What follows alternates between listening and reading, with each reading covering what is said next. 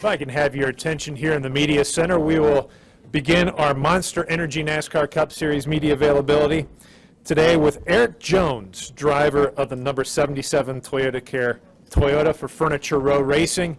Erik, not the result you definitely wanted last week at Richmond. What's it like to come to Talladega with a chance just to get everything off to a clean slate, good start, and get yourself back on track? Well, you know, you always want to have a good rebound after a bad weekend, especially like we had at Richmond. I thought we had a good car and a good shot to go run up front. You know, once the race started, unfortunately, we didn't get the opportunity to even try. So it's not the way we wanted it to go. But you know, coming back to Talladega, it's a little bit tough. You know, it's kind of a wild card track. It's tough at times to really get a good result. But you know, hopefully this will be a good day or a good weekend for us, and we'll get a strong finish and get the season heading, you know, back in a positive direction. Okay. We're going to open the floor up for questions. If you have a question for Erik, raise your hand. We'll get a wireless mic to you. We'll start with Jeff Gluck and come over here to Chase. Erik, Jeff Gluck from jeffgluck.com. I'm just wondering how you rebound from a week like that. You were talking about how you want to move on, but how do you, you know, you go home, does it eat you up all week? Like, how do you put it behind you? You know, a guy told me a long time ago that I don't remember where I was. I was really frustrated about a race and, you know, was kind of beating myself up. And he said, you know, if you're going to be a race car driver for a long time, you're going to have a short memory. And I've always tried to remember that, you know, as much as it kind of eats at you and burns away.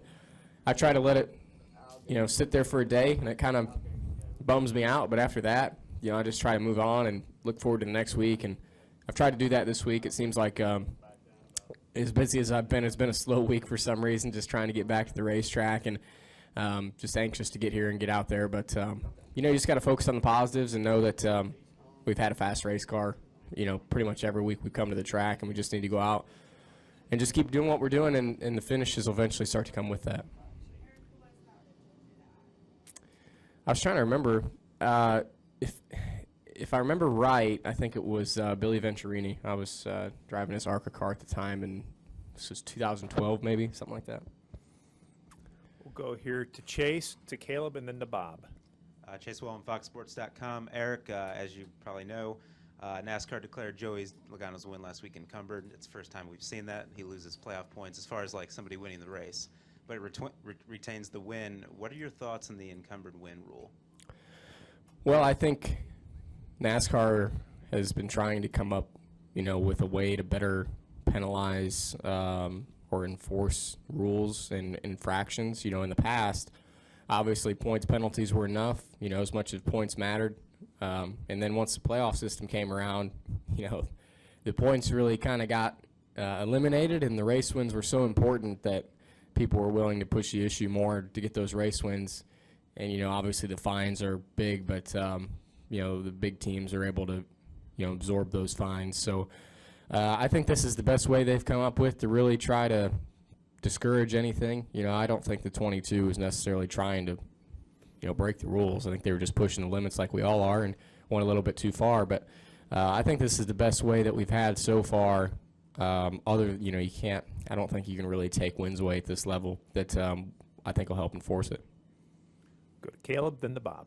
Caleb Whistler, Speedway Digest. We're 25% of the way through the season. How would you assess your season so far, and where do you want to see yourself in the next 75% of the season? Well, you know, I guess I wish through the first part of the season we would just had more results. You know, I think we've ran a lot better than what we've really finished, which is, you know, disappointing and unfortunate in a way, but knowing that we showed up at the race every week, and I can only point at a couple races where I didn't really feel like we should have ran in the top 10. Just, you know, circumstances and the way these races have kind of played out at the end of them, it just hasn't been in the cards for us. So, you know, I think beyond that, as the season goes on, we just want to keep working on executing better at the end of the races, getting these finishes and running up front. And, you know, honestly feel like we keep bringing these fast race cars to the track. One of these weeks it's just going to kind of click for us, and we're just going to be running up front and have a good shot at the win. You know, I thought Bristol was kind of going to be that day, but it seems as things have gone, we just haven't had the tides been falling in our favor. Go to Bob, then to Kelly, then to Kenny. Bob Hockers, ESPN. Most of the recent plate races have been won by guys who have at least 3, 4, 5 years experience. Is there any of those guys, any of the veterans that you've followed on a plate track that you feel like you've learned the most? Well, I've watched a lot of them on video. I followed some of them at Daytona and got a chance to see a little bit what they were doing. But, I've been saying all week, you kind of tell yourself that plate racing is all luck and it's out of your control. But you see the same guys here the last 2 years really going up front and winning these races. So obviously there's a little more to it than that. And I've been trying to learn more about it and figure it out. Obviously at the Cup level, it's kind of a totally different ball game than what I think the Xfinity cars were, especially when I was running them there a few years ago. It was all tandem draft and trying to push the limit on that as much as you could. So just a big change and a new learning process for me. So just keep watching the video and seeing, how they're getting up there and how they're staying up there. Go Kelly, Kenny, and then Jordan.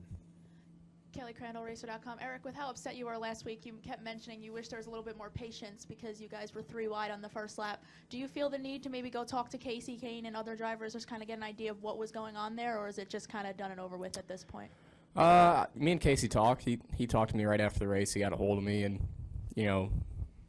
that's as much as you can really do. Obviously, it's not a situation that's comfortable for either driver. You don't want to really have to have that discussion, but it was nice and very forward of Kasey to do that. It's just unfortunate. He said that he made a mistake, and it's going to happen. It's racing, but it's just frustrating. It was lap 1. It's still kind of frustrating to think about that. It's a 400 lap race. We got plenty of time, and just to get taken out on lap 1 is really the most frustrating thing you can have in a race. It's kind of the first time I've had that, especially at this level, and it's just a bummer. So you just got to kind of move on at this point. Kenny, then Jordan, then Lee. Kenny Bruce with NASCAR.com. Eric, you're 20 years old. You're in your first full season in Cup. Does it seem kind of strange to you sometimes to be sitting up there talking about, if we're in the right position, we think we can get a win? Yeah, a little bit. You kind of look at the last few years and the guys that have come through the series and how hard it is to get a win in your first year in this day and age. And, to be as fast as we are some of these weekends has been surprising and encouraging at the same time. It's definitely a little bit different than maybe I thought it would be, but it's been nice to have that speed. And I would say this early on in the year, it's surprising, but, I think we just got to keep doing what we're doing, and I truly believe that at some point throughout the rest of the season, we're going to have, a shot to win one of these races. Jordan? Jordan Bianchi, SB Nation. Eric, last week Denny Hamlin finished in the top 5, and even afterward he said, the Gibbs cars were struggling on intermediate tracks. Fernando has had good speed this year on the intermediate tracks. Wondering if you guys are working closer with them, or they've come to you and you guys have, exchanged information, or what they're doing to try to pick your brain. Yeah, it goes both ways. We've leaned on JGR, and JGR has leaned on us. Obviously, this year a little bit more than maybe past. Fernando's just done a good job of being fast every week and having really good race cars. I feel like we've been some of the best Toyotas every week. Been right up there, right up front still. So they have leaned on us some and trying to, bridge that gap. And like I said, it goes both ways. I think it's just nice to have another team that you can kind of look over on and kind of compare a little bit, other than just having the Martin and I to compare on. So it's not a true teammate thing, but it's just nice to have that there available to you.